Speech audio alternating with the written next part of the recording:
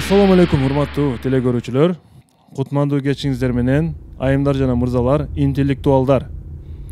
Бүгүн 27 декабрь 2020 жыл. Ушинтип 2020 жылдын жылдык оюну сиздерге тартуулануу алдында турат. Курама команда оюнга даярбы Сагын мырза? Биринчиден саламатсызбы, урматтуу алып баруучу, саламатсыздарбы урматтуу телекөрүүчүлөр.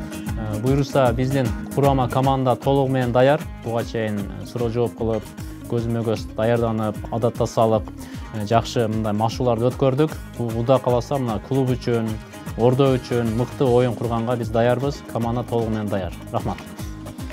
Командага ийгиликтер каалайбыз. Оюндун башкы өнөктөшү адактагыдай эле, урматтуу телекөрүүчүлөр, Нургелди курулуш компаниясы. Нургелди курулуш компаниясы ар бир адам жайлуу жашоого акылуу Ош шаарындагы түштүк чыгыш кечи районунда көп кабаттуу турак үйлөрдү куруп жатат. Салкын 4 турак жай комплексинен батир алсаңыздар болот. Жана биздин ар дайымкы өнөктөшүбүз кайрадан бүгүн биздин оюнда бул ата мекендик өндүрүш шириндиктерин чыгаруучу Барбол фирмасы. Барбол фирмасына ыраазычылык билдиребиз. Бүгүн мына жылдын финалдык оюнунда бизди кайрадан шириндиктер менен кубантып жатат. Барбол ишканасынын жетекчилигине клубтун атынан ыраазычылык билдиребиз. Дагы бир өнөктөшүбүз бул Актив дизайн, полиграфия жана жарнак ишканасы. Сиздерге ийгиликтерди каалайт, урматтуу команда жана телекөрүүчүлөр. Жана ошондой эле бүгүнкү оюнда Муратбек Кадыров аттуу биздин Билермандарды клубунун алгачкы оюндарына ассистент болуп ушул жерде жардам берип жүргөн жигит, учурда Россияда эмгектенип жатат. Бүгүнкү финалдык оюнга деп өзүнүн атынан 5000 сом ушул командага ушул оюнга жөнөтүп жибериптир. Ал акчанын жарымын биз мыкты телекөрүүчүлөргө беребиз, жарымын командага ыйгаралы деп турабыз. Кудай буйрса оюндун соңунда бул айтылат. Анда эмесе биз оюнду баштадык. Биринчи раунд.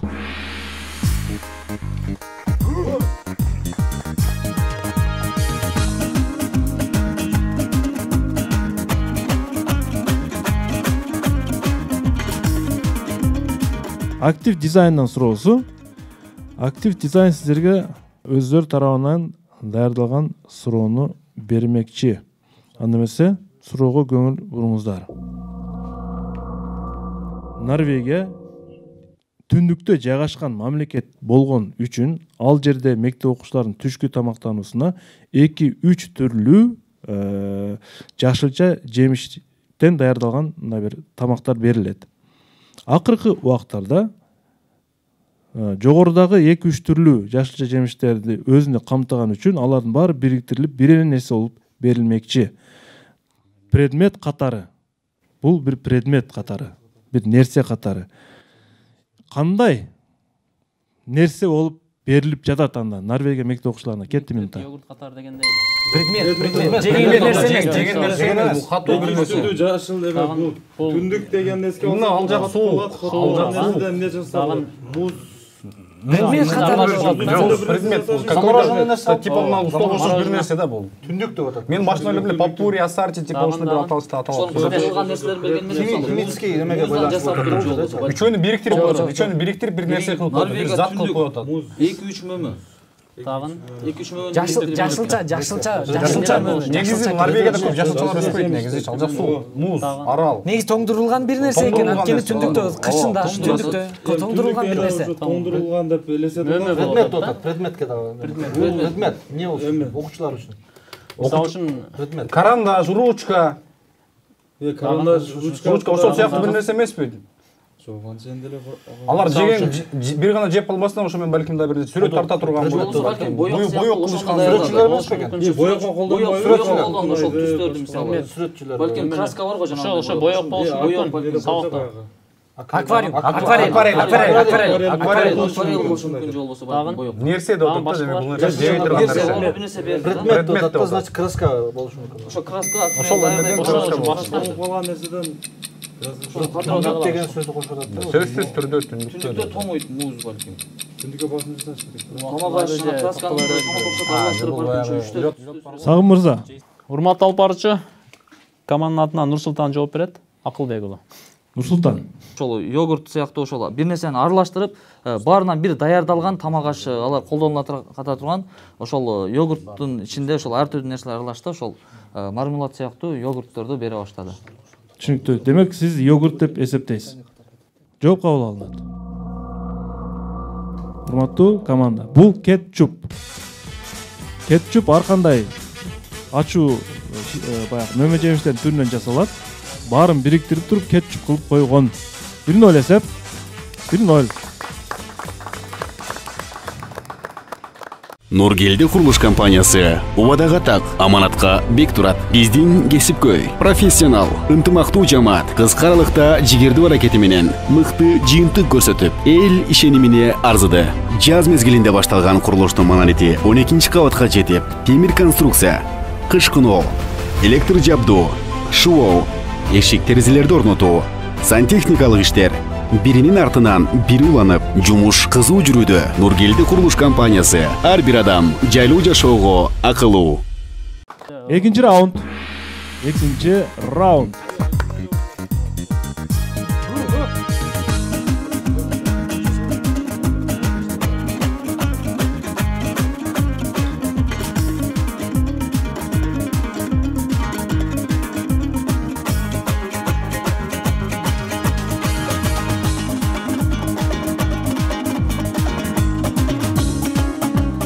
Ботокөз Жакып кызы Табал шаарынан сиздерге каршы суроо берет. Биз кийинки суроону окуймун азыр. Көңүл буруңуздар. 2011-жылы Шри-Ланкадагы Орусиянын элчиси тарабынан бактын жанына мемориалдык такта орнотулган. Мемориалдык такта орнотулганга чейин бул аллеяга келген адамдар бир нече бак дарактардын арасынан Гагарин отургузган даракты кандай өзгөчөлүгүнө карап билишкен. Караңыздар, ал жерде бир нече бак дарактар болгон, белгилүү адамдар тиккен. Анткени Шри-Ланкага Гагарин барган эле. Баягы космоско учуп келгенден Шри-Ланкага дагы барганда, андан 1-2 жыл өтпөй Орусия элчилиги тарабынан мемориалдык такта орнотулган. Мемориалдык такта орнотулганга чейин бул аллеяга келген адамдар бир нече бак дарактардын арасынан Гагарин отургузган даракты кандай айырмачылыгына же өзгөчөлүгүнө карап билип алышкан. Мына бул Гагарин отургузган дарак деп. Ал дарак эмнеси менен айырмаланып турчу башка дарактардан? Минута кетти. Биринчиден эң узун болушу мүмкүн, эң бийик болушу мүмкүн. Биринчи космоско чыгып атат. Биринчи жерден ажырап эң космоско чыгып атат. Экинчиси бул. Жердин гравитациясы биринчи айланып чыккан адамчы. Биринчи космосто жерди мындай сыртынан атмосферадан айланып чыккан адам. Именно көбүнчө жердин эме кылып бир дарак эмес, или же эң узун дарак. Жок, бул жерде бир эле дарак бар. Бир эле даракты кантип билгендер? Жок, ошол бир дарак мындай ортодо калган, тегерек таштаган, ортодо билген. Балким эң узун дарак эмес, аны өтө Жок, смотрите, аллеяны аралап жүрүп көрүп калган. То есть мындай көп эле бактар тирилген.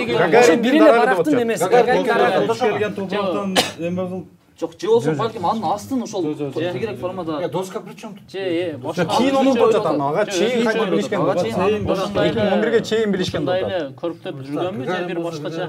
Жок, биринчиден Бактын формасы эле эмеспи? Бактын формасы мында ракетага сыяктуу. Же болбосо бат ылдый жагын бутап салышканбы? Узун жагы эмес калган. То есть түйүнү бутап койгондо үстүндө калып калган сыяктуу. барып атат да. Дагы кайсы бутакка кайсы токтолот?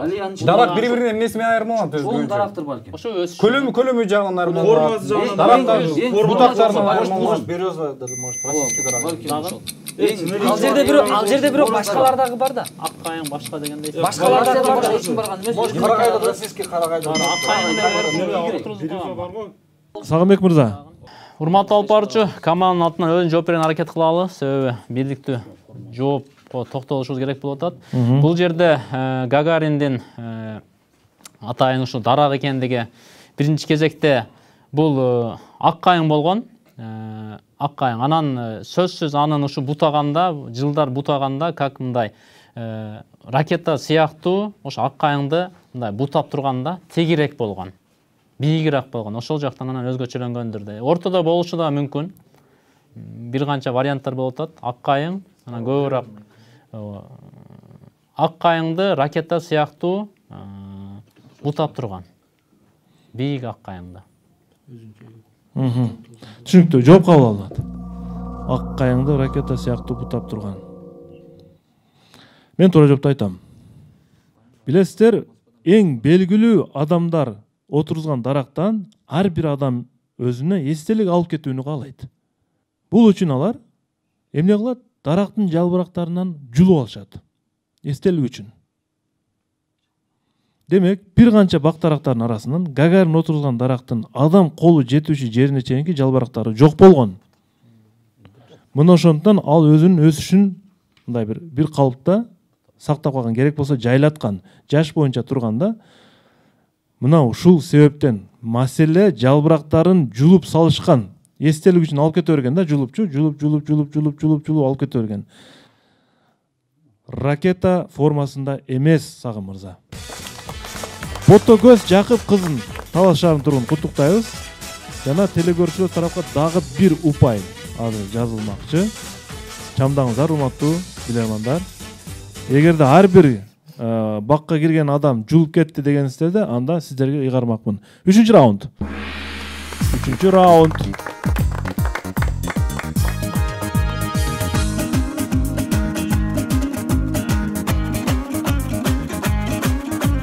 Нургелди курулуш компаниясынын расмий өкүлү Бакыт Ашир мырза студиябызда турат. Бакыт мырза, бүгүнкү жылдын жыйынтоочу оюнунда командага жана телекөрүүчүлөргө кыскача кабыл тилеңиз. Нургелди курулуш компаниясы жаздан баштап, өз май айынан баштап башталган курулуш иштерин Билерман Ордонун бардык оюндарына катышуу менен биргеликте көп болуп келатат. Биздин курулуш иштерибиз биринин артынан бири жүрүп, толук кандуу кардарларыбыздын ишенимине кирдик деп айта алам, толук түрдө. Себеби биз 8 айда айтылган убадалардын баарын аткардык. Анан Нургелди курулуш компаниясы Билерман Ордон бизге сунуш кылып, Нургелди курулуш компаниясынын өнөктөш болууга чакырган үчүн биз терең ыраазычылык билдиребиз. Биз сунушту биринчи күндөн баштап эле кабыл алганбыз жана ошондон бери иштешип келатабыз. Эми оюнуңуздарга ийгилик. Алдыда кандай оюн көрсөтөт, аны бир Кудай билет. Бирок бардык нерсе жакшылыкты ойлонот бардык адамдар. Ошо жакшылыкты ойлоп сиздер да уталы деп турасыздар. Телекөрүүчүлөр да эми ар бир өзүнүн утушуна ээ болот. Бул жерде утулуу же утуу жок болгону билимиңиздердин мыктылыгын аныктайсыздар. Рахмат. Сиздерге ийгилик. Чоң рахмат. Эмирлан Эсенбеков Чүй облусунун тургуну, кайсы район экендигин жазбаптыр. Сиздерге каршы суроо берет. Урматтуу билермандар, мониторго көңүл буруңуздар. Сиздердин назарыңыздарда россиялыктар кимдерге белек берет деген бир суроо турат. Бул көрсөткүч Россия элинин түрдүү майрамдарда тиешелүү адамдарга берген белегин көрсөткүчү экен. Эми сиздерге суроо. Ар бир белектин өзүнүн проценттик көрсөткүчү жазылган. Демек, мынча процент подарканы буларга бермекчи, мынча процент подарканы буларга, мынча проценти буларга. Мен сиздерге биринчи 85% көрсөткүчү менен турган белекти жакындар бири-бирине белек берет деп мен сиздерге биринчи вариантты айтайын. Бул жакындарына бериле турган белек 85% түзөт экен россиялыктарда. Калган 55% кимдерге, 16% кимдерге, 6% кимдерге берилет. Кетти минута. Жок,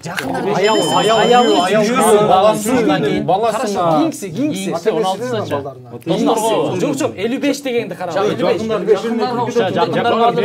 Ошо баары кирип кетет да, баласы, аялы, сүйүнүп бүт кирип кетет. 55 достор. Кимге берет? Ким Достору, жакындарына. Аялы күйөөсүнө. Мугалимдерге. Жаш балдарга. Жаш балдар бар. Пенсионерлер балким 6%ды булар жаман көргөн адамдарынадыр. Жок, орустарда бекер берүү жок. Андай белек жок, андай белек жок. Смотрите, бир вариант бар. Мугалимдерге. Мугалимдер күнүндө мугалимдерге беришет. Врачтарчы. Жок, врачтарга деле эч ким белек бербейт. Эгемендүүлүк жок, эгемендүүлүк майрамы. Ушундай бир майрамдан сөйлөшмөйт. Адамдар бири-бирине болгон белектер да. Категория. Ошол мугалимдерде экинчиси, мисалы кичинекей эң алдысы деген балдарга болушу мүмкүн. Балдарга, жаш балдарга. Жаш балдар тура эле. 55 Жаш балдарга 55 балдарга эмес. 55 жаш балдарга. Хорошо, эки болду, үчүнчүсү, дагы үчүнчүсү. Мүмкүнчүлүк эки таган 6%. 6% ата-энеге. 6%. Алдагы өзүнө кире, жок, алдагы жакындарына кирип кетет. Ал болбойт. 6% чанда. Бул бул жерде мышык жанагылар болушу мүмкүнбү? Жакын катары. Жок, бул киши, только киши. Адам жанагыларда кошуп койсок болсо керек. 55% балдарга. Жок, бири-бирине эмес, бир тараптуу берет байлыгы. Сагын мырза, убакыт аяктады. Урматтуу алып баруучу Нурсултан Кеңишбеков жооп берет. Нурсултан мырза. Биз мындай кылып чечтик, 55%ды жаш балдарга дедик. Так, 16%ды биз мугалимдерге дедик. 6%ды болсо үйдөгү жаныбарларына. Үйдөгү жаныбарларына Дедик. Түшүнүктүү, жооп кабыл алынат. Эми туура жооп. Мониторго көңүл буруңуздар. 85% жакындарына белек беришет, 55% досторуна, 16% кесиптештерге болсо, 6% кайрымдуулук муктаждарга белек беришет, урматтуу команда. Мына ушундай 3-0 эсеп. 3-0. 4-чү раунд.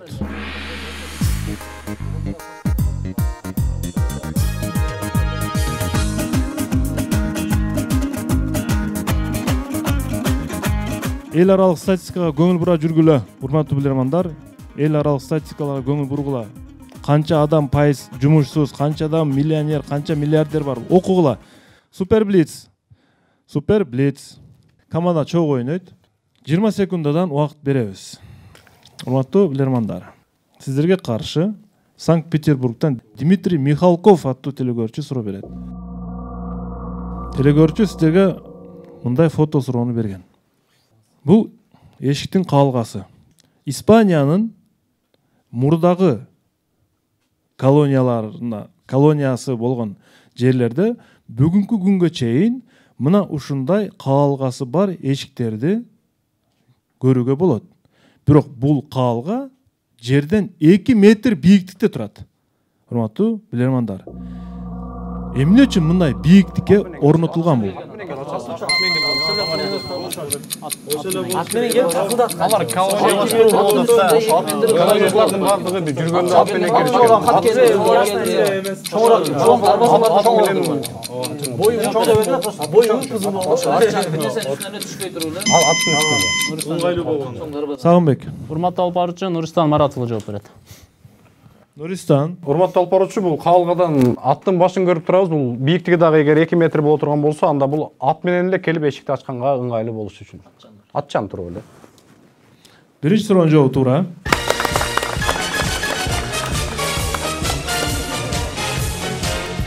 Атчандар үчүн ылайыкташкан. Экинчи суроо. Бакыт Ташболотов. Сүрөтү жок, тилекке каршы Бишкек шаарынан. Урматтуу билермандар, 1930-жылы тартылган Анна Кристи аттуу тасманы эгер көргөн болсоңуздар, 1930-жылы тартылган Анна Кристи аттуу тасманы көргөн болсоңуздар, ушул тасманын бир канча көрүнүштөрүнөн түрдүү асма шамдар пайдаланылгандыгын байкасак болот. Кинонун жүрүшүндө түрдүү асма шамдарды көрсөк болот эпизоддордо. Эмне үчүн кинорежиссерлор тасманы тартууда бир нече асма шамдарды колдонууну макул көрүшкөн? эмне үчүн асма шамдарды колдонушкан режиссерлор кетти жырмасы? Жарыктыкты бирдей кылуу максатта, балким ар тараптуу наоборот, бирдей кылуу эмес, эффективди наоборот башкача. Көлөкөнү чыгаруу максатында. Көлөкөнү жок кылуу максатында. Мен ойымча жалпылап эле Көлөкөнү жоготуу максатында башкача коюп салсак, көлөкө жоголот да. Көлөкө статус Бардыгында. Ушул. Сагынбек. Урматтуу алып баруучу Нурсултан жооп берет. Асма шамдардын бир нечесин пайдалануунун себеби ал мезгилде ошол эффект көлөкөнү жок кылуу максатында. Ошо ар тараптан мисалы бир эле шамды эмес, бардыгын айланып беретинде ошо асма шамдарды колдонгон, бири-бирине эффект берип ортодогу көлөкө жок болгон. Жооп кабыл алдым. Ал шамдарда атайын үндү жазып алуучу микрофондор жайгаштырылгандыктан ал шамдарды асма шам катары телекөрүүчүлөргө билдирбеш үчүн көтөрүп жүргөн. 1930 жылдан баштап үндү тасмалардын доору башталган эле, урматтуу билермандар. Ал убакта микрофон технология өнүгө элек болчу. Жарыктык үчүн эмес, урматтуу билермандар. Айтып атпайм, бир нече эпизоддордо асма шамды көрсө болот. Бардык жерде эле жарык боло бербейт да. Ушундай, урматтуу команда экинчи суроодон тилекке каршы туура эмес болуп калды. Жооп жана блиц раунд токтойт ушул жерден. Есеп 4-0. Тилекке каршы 4-0. 5-чи раунд.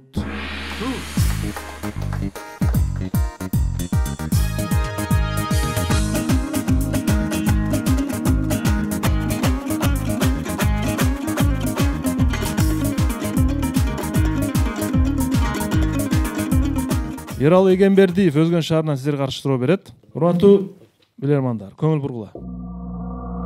Мындан бир нече жылдар илгери каттарды көгөчкөндөр ташыганын баарыбыз жакшы билебиз. Алгач бир жерден экинчи жерге көгөчкөндөрдү алып кетишет жана каттарды байлап кайрадан учурушат. Адатта каттардагы көгөчкөндөрдүн көпчүлүгүнүн ылдамдыгы саатына 70 километрди түзгөн. А бирок кээ бир учурда өзгөчө шашылыш жеткирилүүчү каттар дагы болгон. Кызыгы мындай каттарды алып бара жаткан көгөчкөндөр саатына 100 километрге чейин андан ашык ылдамдыкта учушкан. Эми сиздерге суроо. Шашылыш каттарды жеткирүүчү көгөчкөндөрдүн кандай өзгөчөлүгү болгон? Алар кандай көгөчкөндөр болушу мүмкүн?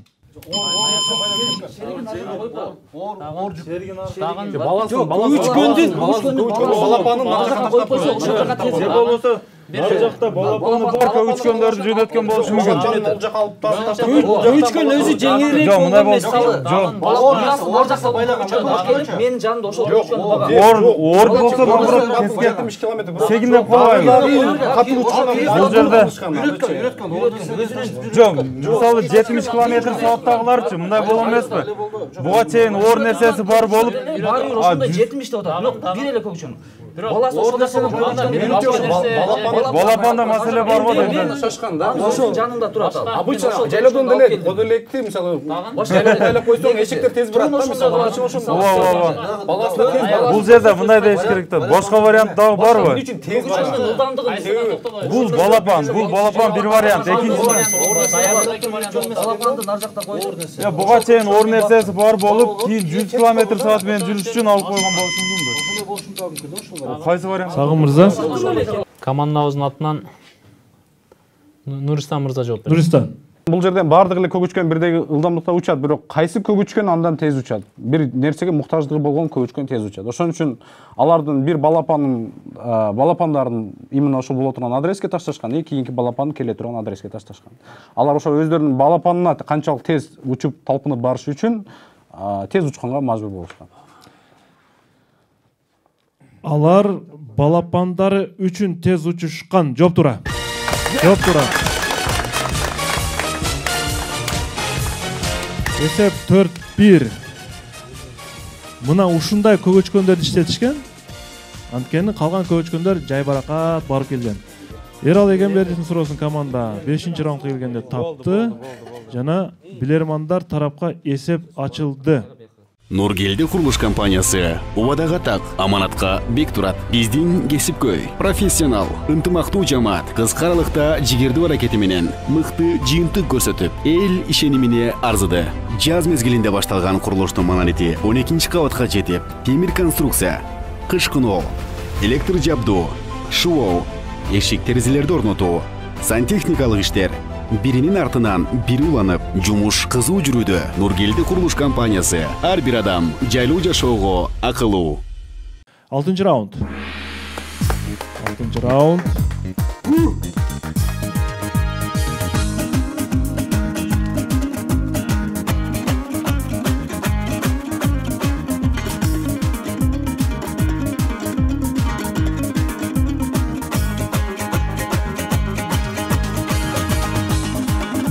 Абдурахим Юлдашев Алабука районунан силерге каршы суроо берет.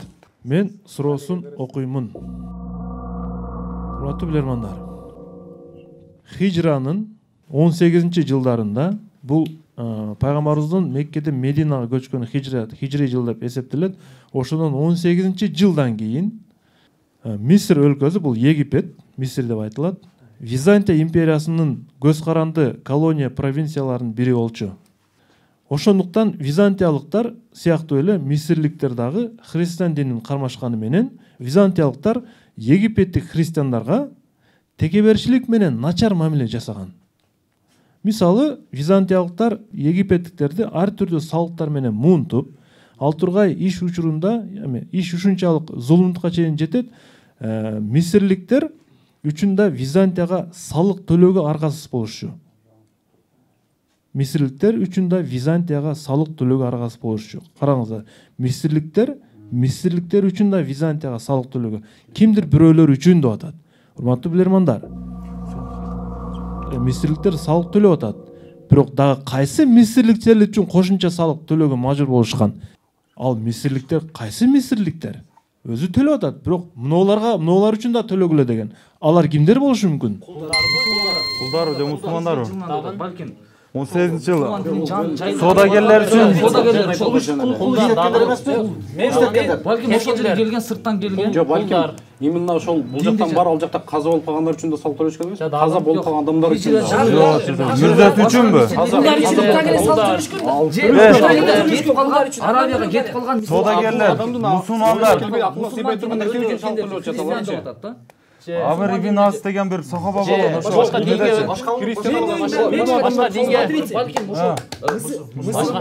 артынан кеткен. Башка динге өтүп кеткен. Башка динге христиан эмес, ошо болушу мүмкүн. мусулман динин кабыл алган өздөрү үчүн Динге өтүп кеткен.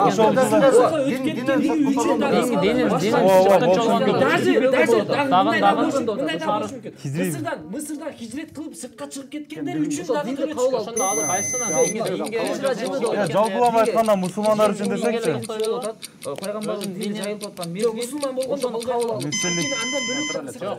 ошол мусулман болуп Сагы мырза, ким жооп берет? Урматтуу алып баруучу Нурсултан Кеңишбеков жооп берген аракет кылат. Нурсултан. Бул жердеги максат Мисырдан чыгып кеткен болсо дагы ошолордон салык алган деген болчу да. Негизи асылкы максат ушул болчу. Жооптун максаты ушул болчу. То есть сырттан византиялыктардан Мисырга келген болсо деле алардан, то есть мисырлыктардан салык ала берген, Мисырдан сыртка чыгып кеткен болсо деле мисырлыктардан салык ала берген. Бул сиздин жообуңуз. Ооба. Жооп кабыл алынат. Ортодо кандай пикир бар? Биздин оюбуз боюнча жаш балдарга жана боюнда бар аялдар үчүн дагы салык салышкан. Ал турган сөз. Мен ойдо жок, ойдон чыккан салыктар жөнүндө айттым. Менде деле вариант бар болчу, урматтуу алып баруучу. Бул ошол мезгилде өлгөн адамдарга же болбосо Египеттеги баягы мумияларга деле салык алышы мүмкүн да, же болбосо ал өлгөн үй бүлөсүндө өлгөн адам болсо деле алардан салык алышы мүмкүн. Түшүнүктүү. Мен туура жоопту айтам.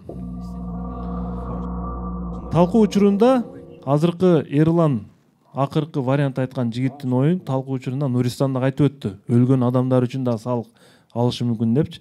Мен айттым, ойдо жок, зулумдук ушунчалык болгон, оюн эмне келсе салык сала берген депчи. Булар өлгөн адамдар үчүн да салык алган, Сагы мырза. Византиялыктарчы, сенин үйүңдө паланчы өлгөн экен го, төлө. Сенин үйүңдө түкүнчү өлгөн экен го, төлө депчи. Маселе ушул жерде болуп атат. Эмнегедир Нурислам мырза оюн мындай бир бышыктай албады, бул жерде 1-2 айтып токтоп калды. 5-1 эсеп, 5-1. Телегөрүүчүлөр тарапка дагы бир упайды биз азыр кошобуз. Урматтуу билермандар, бүгүн мыкты билерман 2020 деген номинациябыз да бар. Аракет кылыңыздар. 7-раунд. Жаңы кошулган телегөрүүчүлөр болсо экранга көңүл буруп коюңуздар, биздин даректерибизди жазып алыңыздар. Биздин оюндар уланта берилмекчи.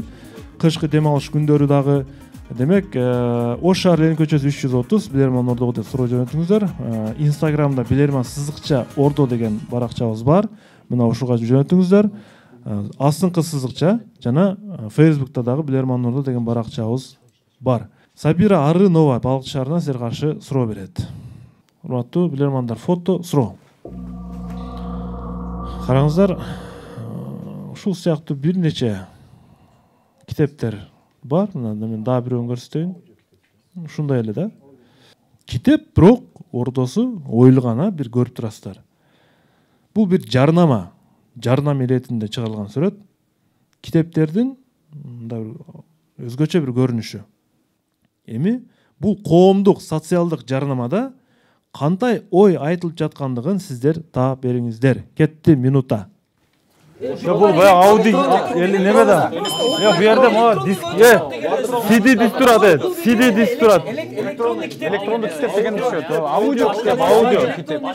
Elektron emas, bu audio kitap. Ne degende bu disk. Audio kitap технологияга өтүп атат деген социальный бир проблема. Жоқ, бұл жерде мындайда аудиоға түшүрүп атат. Китепти аудиоға түшүрүп эме кыл. Ооба, китепти аудиого же болбосо электронду. Карасаң, бул CD диск турат, CD диск турат. Аудиого түшүрүү, мындайча айтканда. Жок, бул социальный бир нерсе деп атпайбы? Социалдык эме, ооба. Технологиялашып атат. Ооба, аны да токтоп айта турган болсок, бул аудио китептерге өтүү мезгили келди. Ооба. Кетти башка жак. Дагы кандай варианттар бар? Барактардын кыйылуусу же андай мындай нерсе. Жок. Аябай болуп, ерине отот, кабыл албай койду эми айында эмес. Жок. Турат бул жактачы. Аудио китептерге басым Именно жасаш керек. китептин PDF форматына электрон. PDF. Бул социальный бир реклама экен, жеңилирээк Социалдык реклама бул. Бумажный варианттан электрон вариантка өтүү. Ооба. Электрон токтоп айткан болсок, бул CD болуп турат. Ошону кош айтыш керек. CD, аудио китептер. Аудио китептер. Билгестин ошо Китептеги эгер дарактар кыйылуу десегер, анда PDF. Чыгармаларды кебелештирүү эмеспи? Дагы Ошону кебелештирсек дагы болот. То есть бирөөсү Game of Thrones кен, экинчиси Harry Potter кен, да? кинолоштуруу, аудио технология бирок ордон алайын. Ордон алыштын кереги жок. Сагын мырза. Ким жооп берет? Сагын мырза. Урматтуу алып баруучу, команда талкуу жакшы болгон эми чечишчи раунд болгон үчүн биз Билермандар клубу жамаатка ордого таянабыз. Ордодон жардам аласыздарбы? Ордодон жардам алган аракет кылабыз. Урматтуу ордо 20 секундда кетти. Китепти кино эмеспи? Видеого фильмге айландырганда Ооба. көп бөлүгү калып кетет. Фильм көрбөй эле китеп Мен көргөмдө Ооба, ошо китепти киного айлантыруу, же болбосо. баягы китепте көп реклама мереке китеп алмаштырып. Мисалы Гарри Поттер. Киномен алмаштырбайлы. Кинону көрсөң ушунча маалымат ала албайсың. Дагы. Кийинки кадрлар негизи оюн ошол эле болчу. Ошол эле оюн. Жок, ошону тактап алышыбыз керек да. Ордо жардам токтотобуз. Сагынбек. Ким жооп берет? Алып барчу Насирдин Акын жооп берет. Насирдин. Бул жерде максат китептен чыгармадан кино жаратып атканда китепте толук маалыматтар өтпөй калат деген мааниде ошондуктан китеп окууга чакырган. Бул Максат пикир китеп окуу, ооба. түшүнүктүү. Бул пикир ордодон түштүбү же командада бар беле? Бизде ордодон бышыктадык, өзү эмеде командада да бар болуш. Ордодон алган себеби Бышыктоо болду. туура эмес. Жооп берип калсак, жардам ала албай калмак. Жардам эмес, оюн бүтүп калышы мүмкүн эле. Оюн бүтүп калышы мүмкүн. Жооп Жардам ала албайбыз. туура 5 экен. Бул жерде китеп киного айланганда, анын көп бөлүгү баары бир китепте калып кетет деген маани турат. Эсеп 5-2 команда кайрадан оюнун улантуу мүмкүнчүлүгүнө ээ болду. жана ордодон менимче өз убагында жардам алды деп ойлоймун. Болбосо команда 6-1 эсебинен аянычтуу жыйынтык менен оюнду бүтүрмөк. 8-раунд. 8-раунд. Акыркы окуган китебиңиз кайсы, Насирдин? Мен 2 жылдан бери бир китепти окуп бүтүрө албай атам. Чынын айтыш керек, бул Григорий Петровдун «Бир өлкөнүн өнүгүү тарыхы» деген аябай кызыктуу китеп бар. Сунуштайм. Ошону бүтүрө албай атам тилекке каршы. Жазгүл Дөөлөтова Бишкек шаарынан силерге каршы суроо берет. Урматтуу билермандар. Төмөнкүдө видео суроо. Азыр сиздерге бир ролик коюп беремин. Бул кыз рюкзагынан эмнени алып чыгып көрсөтүшү мүмкүн дейт. Ошол эле мен айтканым кайталанат азыр.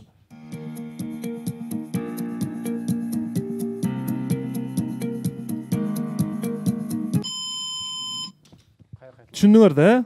Бул кыз эмнени рюкзагынан алды. Бул эмне болот? Кетти минута. Велосипед. 3D айландырып. Надувной велосипед. Болушу мүмкүн, дагы вариант. Надувной велосипед. Дагы башка. Көчөгө жаңы чыкты бул. Көчөдө кетип атат. Демек, аны бир жерден экинчи жерге апара турган бир каражат да. Бир жерден бир нерсе экен. Велосипед. Мо деген жазып турат. Ошондо дагы. Точно ошону көрдүм, бирок ушул бар эле. Бир вариант тополот. Бирок асфальтта болушу мүмкүнбү? Бул багы эмеспи? Асфальтта болуп үчүн велосипед менен. Бул азыркы учурдагы жана эмеспи? Вирустусын алып, дистанция сактоо боюнча. Азыркы учурдагы ачып атат. Технология, бул технология. Той жаңы бир нерсе. Турган бир нерсе да. Дагы Поймо дейт. Ошондо? Бул фирманын аты экен. Бул фирма. Бул желдене турган нерсе. Надувной менен. Точно эле надувной экен. Только Надувной. Эмнеге пайдаланат? Ичине суга турган нерсе. Азыркы технология деп атат. Көчөдө турат. Же учат. Же велосипед именно. Башкача. Транспорт катары. Сагынбек, ким жооп берет? Урматтуу алып баруучу, Сайынды мырза буга чейин өзгөчө кырдаалдар министринде иштеп келген. Бир аз жакыныраак болуп атат. Ошого интуиция менен команда жеңиш алып келет деген ниетте жооп берет буюрса. Бул бир жерден экинчи жерге ошол кызды жеткирүүчү бул транспорт каражаты деп ойлойбуз да, мындай надувной, үйлөмө каражаты деп ойлойбуз. Ушул жерде ушундай вариант болуп атат. Бир жерден экинчи жерге жеткирүүчү үйлөмө транспорт каражаты. Типа велосипед, типа. Жооп кабыл алынат. Карайлычы, туура жообун.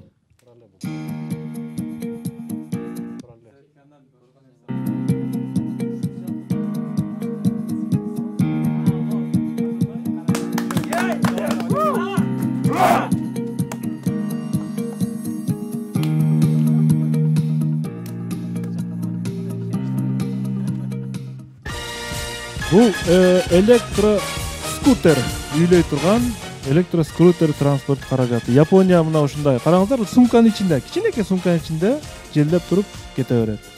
Эсеп 5-3. 9-раунд.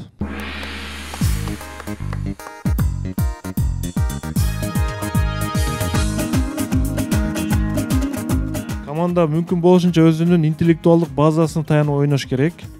Ордодон жана башка жардамдар бардыгы колдонулуп бүттү. Мирлан Абдыразак уулу Бишкек шаарынан силерге каршы суроо берет. Кесип боюнча архитектор. Мирлан Абдыразак уулу.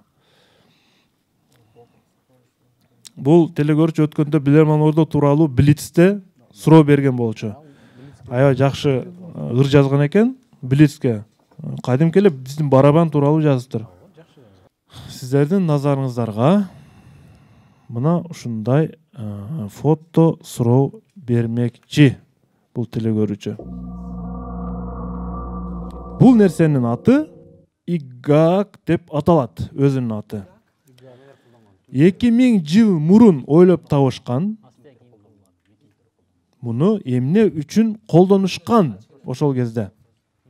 Минута кетти. Урматтуу алып баруучу, мөөнөтүнөн мурда жооп даяр. Буюрса Нуристан Марат уулу берет жоопту. Нуристан Марат уулу. Айрыкча буну түндүктөгү викингдер колдонгон. Негизинен бул солнце защитный деп коет. Күндүн нурунан коргоочу. Алар себеби карда өтө көп жүрүшкөн, карды билесиз. Күндү өтө катуу чагылтат, ошодон коргоочу. Күндүн нурунан коргоочу көз айнек. Монитордо туура жооп берип атам. Жооп туура. Мен таң калганым, ошол кезде ойлоп тапкан караңыздар, айлана теребер эми эскимостор, ошол эскимостор викингдер дейбиз. Аябай аппак кар, кышында суук, ар дайым эле көп убакытта, бирок ушу көзүн коргогонго ойлоп тапкан каражатына мен чындыгында таң калып атам. Ордо 1 минутаны өзүмдүн үнөмдө сактап калат жана эсеп 5-4. Эсеп 5-4. Биз болсо 10-чу раундга старт беребиз. Эки суроонун бирөөсү 3 суроо калып атабы.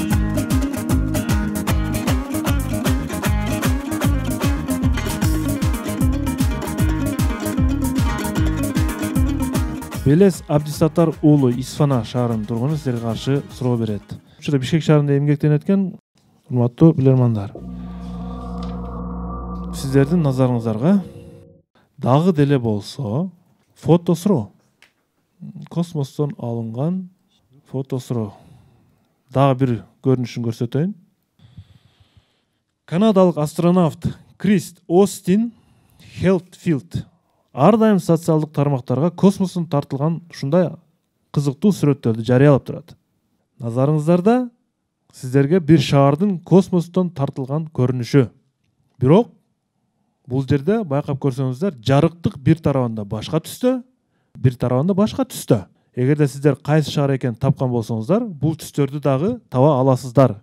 Бул кайсы шаар болушу мүмкүн?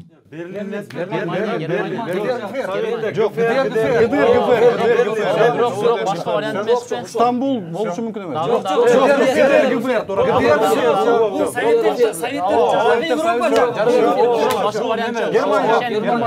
Токтоп тургула. Эми дагы бир ошого окшогон немелер бар. Мисалы Кипр бар, Никос, гректерге түрктөр.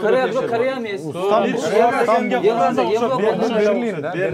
Бул деген бир шаар Берлинская сцена бул ишеничтүү, бирок Берлинская сцена. Ошо Берлин. Урматтуу алып баруучу мөөнөтүнөн мурда жооп даяр. 40 секундада токтолот. Ким жооп берет? Насирдин Ахунов жооп берет. Насирдин. 1990-жылга чейин Германиянын бир бөлүгү ГДР, ГФР болуп, экиге бөлүнүп турган.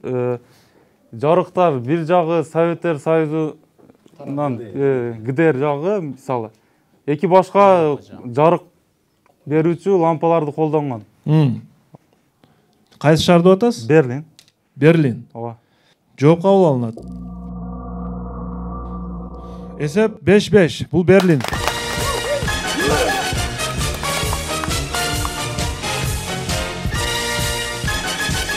СССР тарап сары, кадимки сары лампочкалардан турат. СССР тарабы. Бул ошол убактагы дуалдын немеси бүгүнкү күнгө чейин билинет экен да. Галоген тарабы свет бир аз жашыл турат. Бул Европа тарабы, Берлиндин. Азынча оюн улантылат. Эсеп 5-5. Акыркы 11-чи раунд.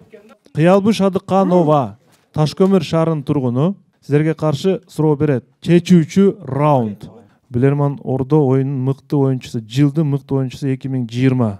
Мына ушул кубокту биз беребиз. Ким мыкты ойногон болсо. Эми суроого көңүл буруңуздар.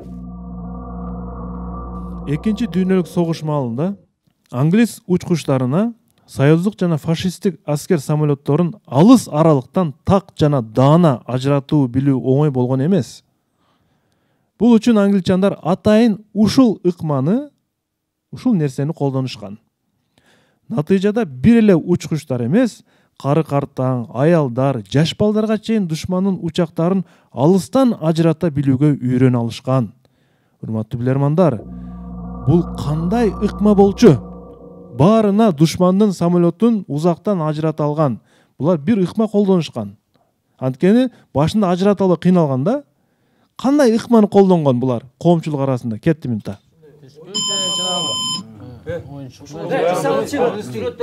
көзі баяғы сүрөткө тартканда көзі жанганда лейколация деген оору положение составдар, может. Бул сыяктуу бир нерсе экен да, мисалы үчүн айнекти эме кылган, айнекти ойлоп туруп караганда, мисалы үчүн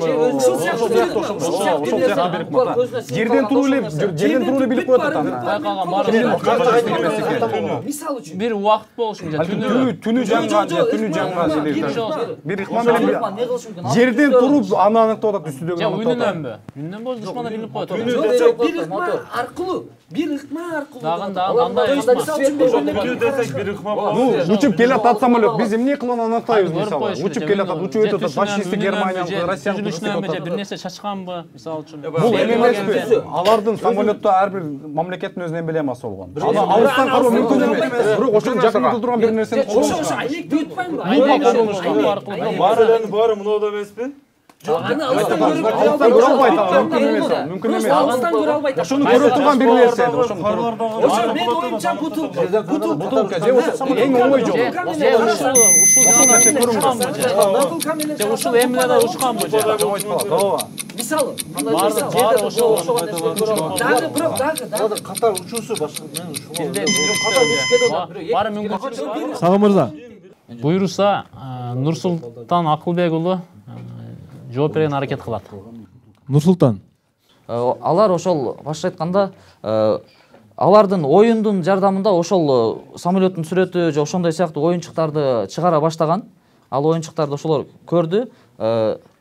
Балким алар ошол оюндун негизинде ошол оюнчуктарды карап жүрүп көздөрү канып, эгерде күндөн проблема болгон болсо, балким ошол кандайдыр бир деңгээлде күндү тосууга жараша пайдаланды. Айнек бутылкалар балким. Жооп кабыл алынат. Англичандар, мен туура жоопту айтып атам, англичандар кадимки эле оюн картасын пайдаланышкан. Кадимки карта барбы, Сагым мырза? Картадагы сүрөттөрдүн ордуна булар фашисттик жана союздук аскер учактарынын сүрөттөрүн жабыштырышкан. Ошентип чыгара баштаган карталардычы. Бул карта тез жайылат коомчулуктун арасында. Жаш балдар ойносо дагы атасынан алат, көрөт дегенде көчөдө көрүп калат. Ошентип отуруп булардын көзүнө душмандык самолеттор кайсылар? Бул самолеттор кайсылар? Бизде дагы валет, дама, чырым деп бөлүнөт да.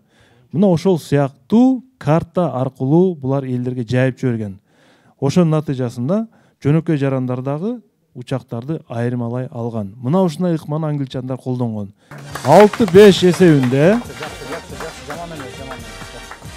бүгүнкү жылдын оюну телекөрүүчүлөр тарапка ооп, мына Кыялбүй Шадыкхановдун суроосу менен телекөрүүчүлөр 6-5 эсебинде бүгүнкү команданы жеңип алышты. Нургелди курулуш компаниясы убадага так, аманатка бек турат. Биздин кесипкөй, профессионал, ынтымактуу жамаат кыска аралыкта жигердүү аракети менен мыкты жыйынтык көрсөтүп, эл ишенимине арзыды.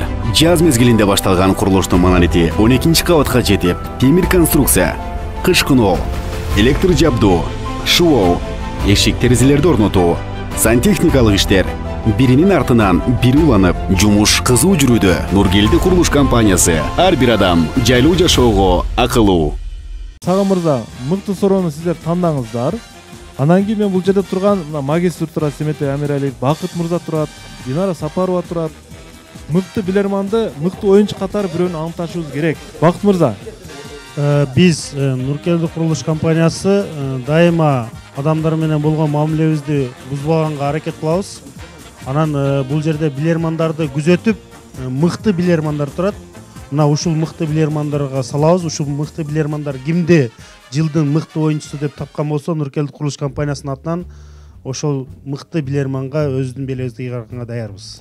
Мен билишимче ошо Нурсултан ойноду. Нурсултан Акылбек уулу. Ооба. Оюңуз үчүн рахмат. Семетей. Урматтуу алып баруучу, саламатсыздарбы? Урматтуу ордо, команда. Бүгүн бир өтө орусча айтканда серьезный оюнга туш болдук. Ушул ордодогу каймактары десек дагы жаңылышпайбыз. Ушу каймактын ичинен дагы каймагын алыш бизге каймакты алыш керек. Андыктан эми бүгүнкү оюнга назар салышка туура келип атат. Бүгүнкү оюнда мен 3 билерманды байкап турдум. Бирөөсүн айтыңыз. Катышты, эми макул мен бирөөнү айтам, бирок Анда мен да Бакыт мырзанын оюна кошулам. Ушул Нурсултан мырза Акылбек уулуну назарга тутуп атабыз. Өзүнүн варианттарын сунуштап, кээде туура вариант Нурсултандан чыкса деле башка билермандар жооп берип атты. Ушул Нурсултан өтө мыкты чымыркан ойноду бүгүнчү, мыктылыгын көрсөттү. Эми кээде адашып деле, кээде ката деле жооп берген мезгилдери болду. Эми ошондой болсо деле биз ушул Нурсултанга бүгүн симпатиябызды беребиз. Бул жерде өзү бардыгы мыкты билермандар, мисалы Нуристан мырза менин командамда ойнойт. Динара Сапарова. Мен да бул эки Семетей менен жана биздин демөөрчүбүздүн оюна кошулам. Нурсултан жөнүндө булардын айтканын кайталай бербейин, бирок жакшы сөздү айтып коеюн. Нурсултан биринчи биздин Нокат командасында ойногондо бизди жакшы жеңиштерге жеткирип жүргөн, мойнубузга алабыз. Жетелеген. Андан кийин ар дайым Премьер лигада гана жүргөн Мелис Мусулманкуловдун командасындагы Нурсултан гана алга сүйрөп келе жатат. Себеби бир оюнунда күбө болгонбуз. Биринчи аларга кошулганда эле 6 суроонун 6 жообун тең Нурсултан тапканда, туура жообунчу. Демек, урматтуу клуб, урматтуу телекөрүүчүлөр, жогорудагы 3 байкоочунун бирдей пикирин эске алып, бүгүнкү оюнда чындыгында аракетин көрсөттү. Буга чейинки мыкты аракеттерин дагы баалайбыз. Нурсултан Акылбек уулу 2020 жылдын мыкты оюнчусу деп аталат. Жана Семетей мырза, сиз магистр катары ушул кубокту Нурсултан мырзага расмий түрдө тапшырып коюңуз. Куттуктайбыз, Нурсултан мырза. Билерман Ордо 2020 мыкты оюнчу кубогу сизге ыйгарылды. Бул номинацияны алуу оңойго турган жок сиз үчүн. Жылдын мыкты билерман деп тапкан Нурсултанга Нуркелди курулуш компаниясынан белек анан мыкты оюн көрсөткөн үчүн конверт тапшырып коюңузга уруксат этиңиздер.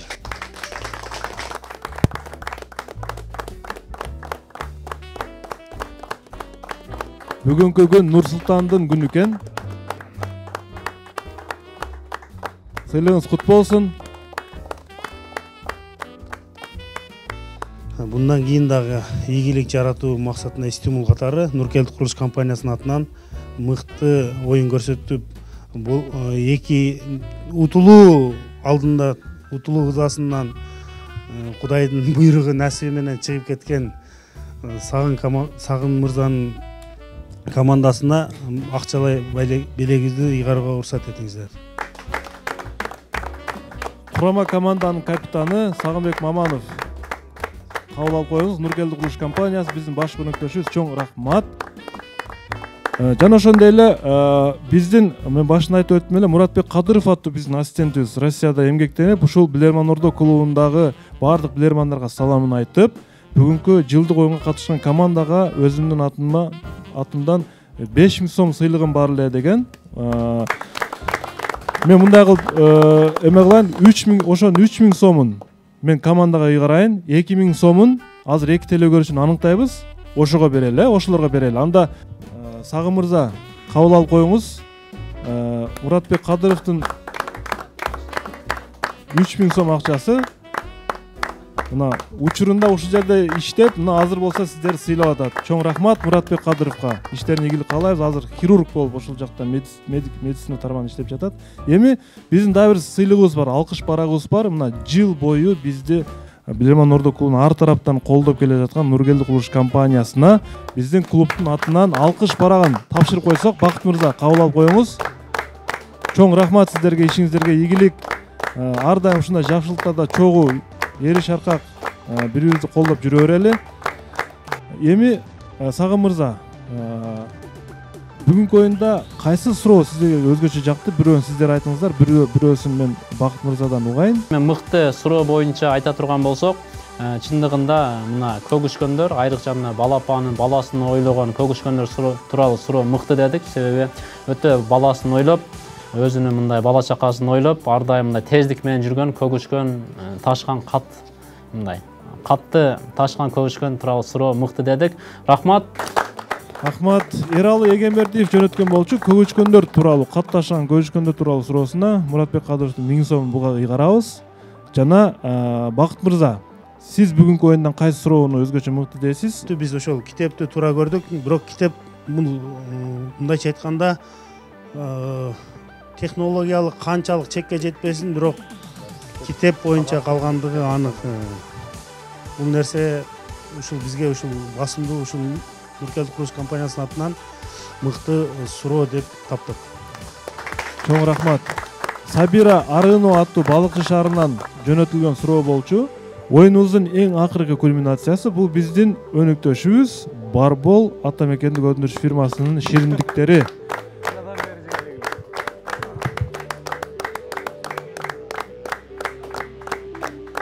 Ушуну менен бүгүнкү оюнубуз соңуна чыгат. Бирок 2021 жылдын башынан баштап кайра эле биздин оюндар улантылат. Экрандан көрүңүздөр. Биздин дарегибиз Ош Шаардын көчөсү 330, Билерман Ордого деп жөнөтүңүздөр. Инстаграмда Билерман Ордо деген баракчабыз бар. Барыңыздардан мыкты суроолор күтүп калып бермекчибиз. Техникалык топко режиссер ыраазылык билдиремин. Билеги күчтүү бирди жыгат, билими күчтүү миңди жыгат. Кайрадан көрүшкөнчө, ассаламу алейкум, аман болуңуздар.